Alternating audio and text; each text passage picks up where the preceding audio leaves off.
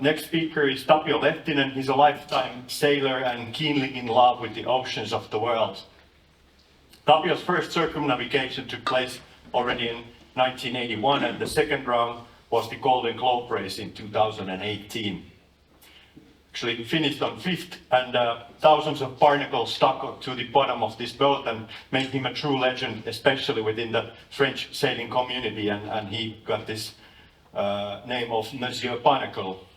Last year, he wanted to give her beloved Skopbank and Stevens designed Asteria boat another chance, but right after Cape Town film dramatic news reached us, and Asteria had suddenly sunk.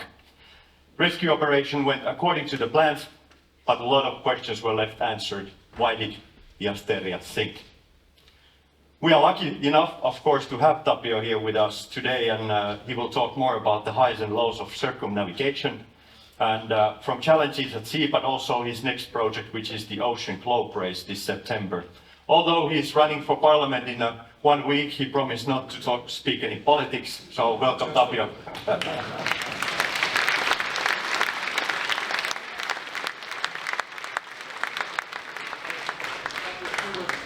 20 minutes. Some already told my story, so we can go to the next speaker. So, hello everybody, great to be here. It's an honor, and great to see that the initiative of our late friend Esko Kilpi keeps growing and gathering bigger and bigger crowds. And speaking of Esko, he was a keen marine photographer and started also a tradition of nautical photo exhibitions, which we had annually had at the Helsinki Boat Show. And his colleague Petri Porkola, where are you? There, whom I was exhibited his photos here in the hall, so please have a look at them during the break. My sailing project, which we have been working with and running now for the last few years, was christened Tapio Lehtinen Sailing for the Future of the Planet, and it comprises of 2 consecutive back-to-back circumnavigations following my first single-handed around the world race in 2018 and 19, which was the 50-year anniversary race of the first Golden Globe race, which was sailed in 1968. 1968, 9 sailors started, and only Sir Robin Knox-Johnston finished the race. 2018, we were 18 to start from the Sables de Londres, and as Sampa already told, I was the 5th and the last one to finish the race. 111 days after the winner, Jean-Luc van der Heide, and a friend of mine, a co-skipper of Galiana, Villanova, has left in an application to the Guinness Book of Record on my behalf, with the claim that nobody has ever during the history of sports in any sporting event finished so long after the winner.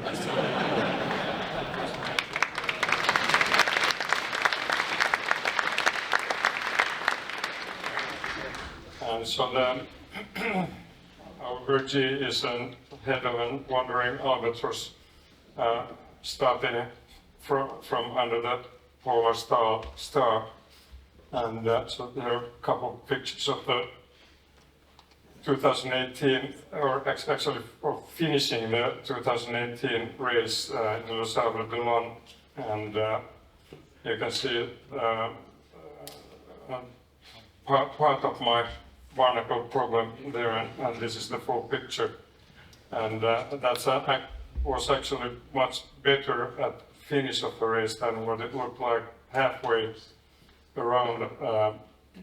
When sailing across the Indian Ocean, I was wondering what the hell was wrong with the boat, because Susie Goodall was the only female participant at that time. She was sailing ahead of me and she was pulling further away day after day. And Istvan Kopa and the American-Hungarian sailor who was behind me, he was getting closer and closer and finally passed me. And I was trying to sail, I thought I was sailing as aggressively as I could, getting closer to the low pressures than the others, and then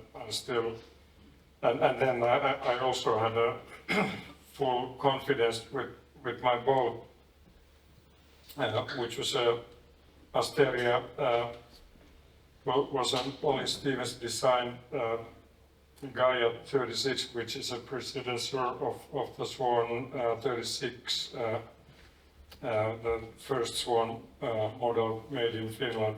But due to the Golden Globe race rules, which stipulate that we have to sail with boats with long keel, so and boats designed prior to 1988, and series built in minimum 20 boats.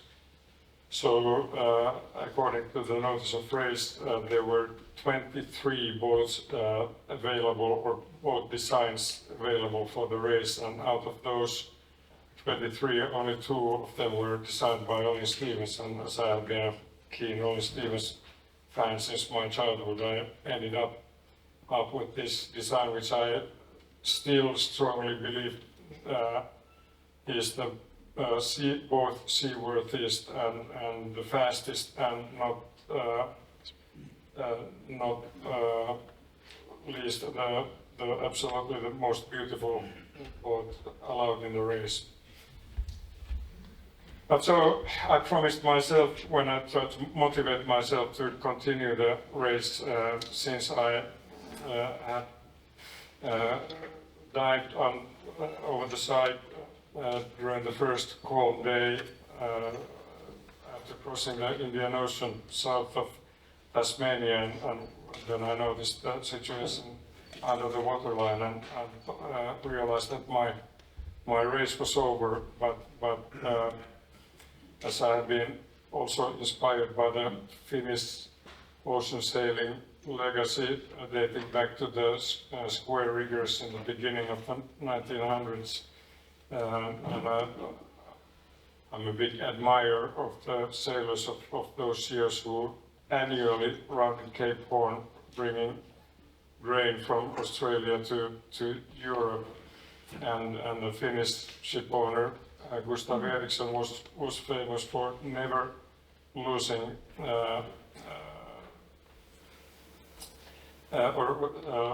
losing the cargo.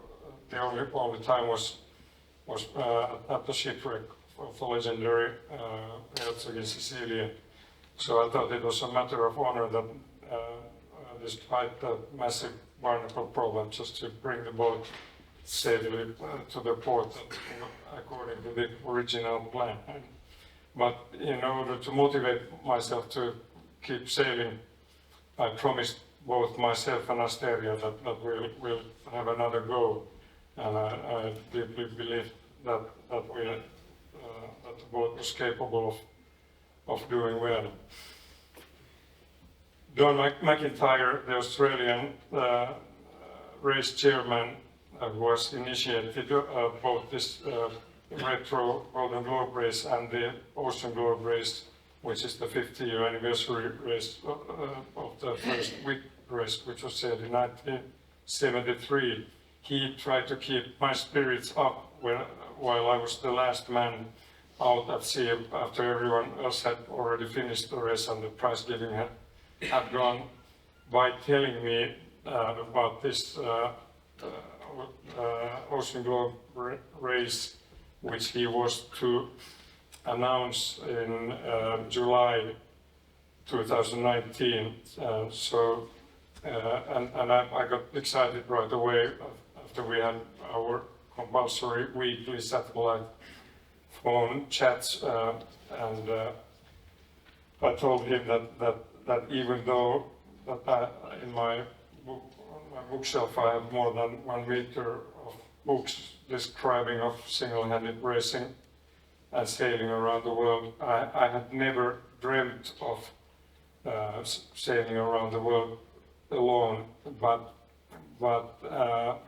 I told Don that Whitbread would be a dream come true for me, because 1981, as a 23-year-old student, I sailed on Skopbank of Finland, which was the first Finnish entry in the Whitbread race.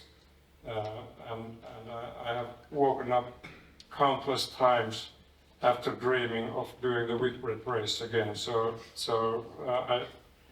Before I finished the 2018 race, I had already decided to do the next Golden Globe race, but also the Ocean Globe race the following year. And Don told me before I finished the race that his original plan for the OGR was to have the race sailed only with classic Swans, because he thought they were the safest and seaworthiest boats, and they were used in the first Whitbreads. And I had Swan 55 yawl has been my dream boat since late 1970s, and so I bought the boat already the next fall. But so we have been working with this Galiana, the Swan 55 now for 3 years, and selecting crew and so on.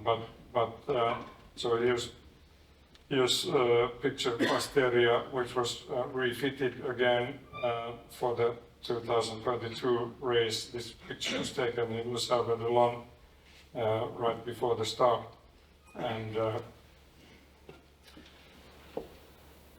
but to cut the long story a bit shorter, the next picture is from a letter which I wrote on the bulk carrier Galiana while crossing Indian Ocean after my shipwreck.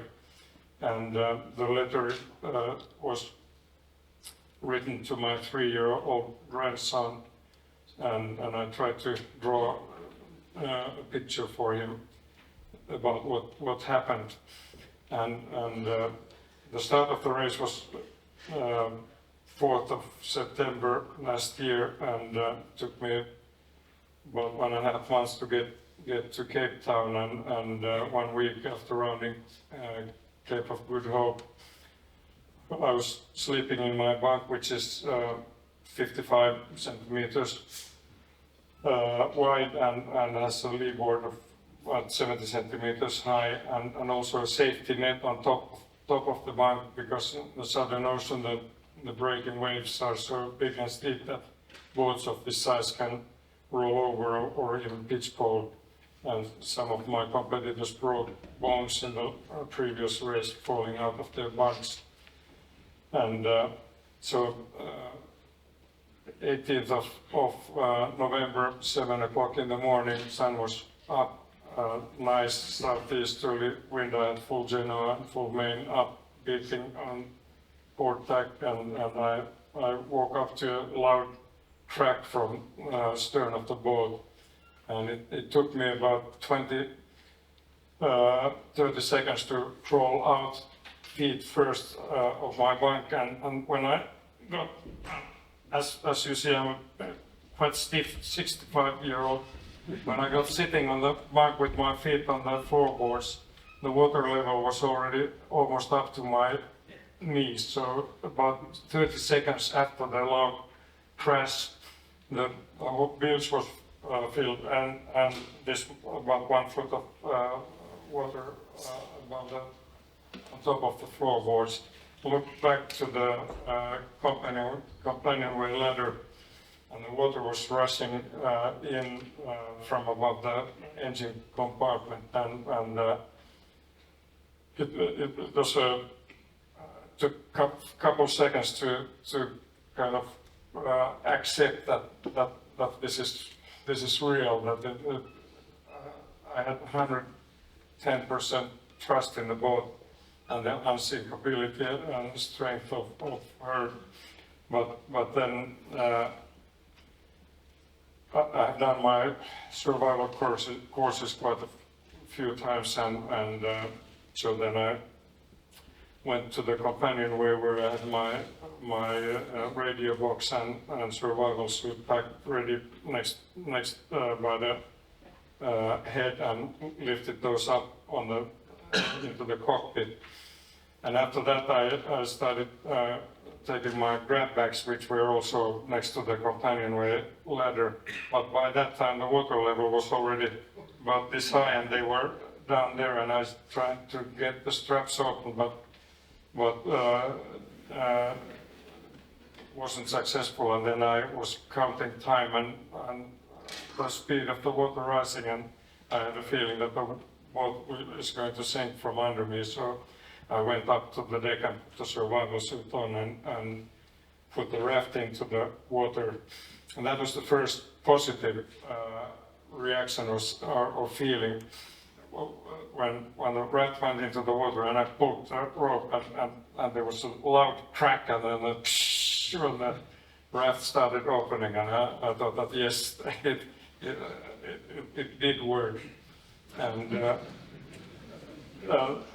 but as the boat had, by that time, and it was maybe 3-4 minutes after I had woken up, the boat was already down at that level. I cut, which was my mistake, I took a knife and cut the rope which attached the life raft to the boat, because I thought that if the boat would sink from under me, I didn't want to play with the knife in the raft. And so I cut the rope and put a slip knot on a stanchion pole. I then had one last look inside the cabin in the hope that I could grab an eeper, which I also didn't get out of the boat, or my dear sextants or anything, but the only thing which was floating there, the water level was already about 50 centimeters below the deck level, so there were some Swedish knäckebröd bread packages which I grabbed and put into the pocket of my survival. So then I looked back at my raft and realized that my slip knot had opened, and in the wind the raft was drifting away about at the distance where John is sitting there. So I just in an instant took a tiger leap towards the raft and just grabbed the side and pulled myself into the raft. And at that moment I felt really ashamed, because I have been preaching for years and years that it's not a life raft, it's a death raft. And most of you remember the Fastnet catastrophe 1979, when a number of boats were found after the storm, half filled with water, with the whole crew drowned after entering life raft. So you are supposed to go climb up to a raft from the sinking boat, but so that it didn't go that way with Asteria. So I put the paddle, which was in two pieces, together, and started paddling as much as I could back to the boat, but the wind was pushing me away, and I couldn't get back to the boat. And but then followed about 20 minutes when I was drifting away from the boat, and after about 20 minutes the stern of the boat went below the water, and as I have here drawn to my grandson, then the boat started going stern first under the water. And I was standing in the raft saluting my dear friend. And then after 25 hours, Kirsten Osheffer came to the scene, and here I'm getting already from her boat Minnehaha to the Indian, actually registered in Hong Kong, but with Indian crew, the bulk carrier, and waving bye to Kirsten, who, by the way, right now is crossing doldrums and leading the race, and I'm of course rooting for her. And I got a nice bowl of Indian soup and a Guantanamo overall. Impressed. Then the question, why did Asteria sink? And the simple answer is, I don't know. And when I bought the boat and brought her to Finland, last Ström was the late last Ström, known as the professor, was advising me on reconstruction of the boat, which was designed by Camus Trollman, who is sitting there standing on the left of the picture. And the whole structure of the boat was redesigned with 3 watertight bulkheads, both in the stern and in the bow. And so it really should have been unsinkable. And we were, I got tens of different theories what happened. Did the boat break like Kevin Escoffier's boat? But this is a picture of Camus' computer simulation showed that the shape of the boat is such that it's possible to break it that way. But we then analyzed the way how it sank, and because I could follow it very closely, and came to the conclusion that there had to be a hole at least 15 centimeters big right under the engine compartment. And then the only explanation would be a floating container. So this is now the project that I'm working with, and which helps forgetting the Asteria tragedy and taking the Finnish ocean sailing legacy further together with the young crew, which we have selected out of 105 applicants. And we have a group of Finnish companies who all are part of the solution as we are going towards carbon neutral circular economy, which I'm very proud of. And as I said, I have this much politics. but talking about politics as a shot, I wanted to say that to refer to Charlotte, that I promised tax deduction for work on classic boats.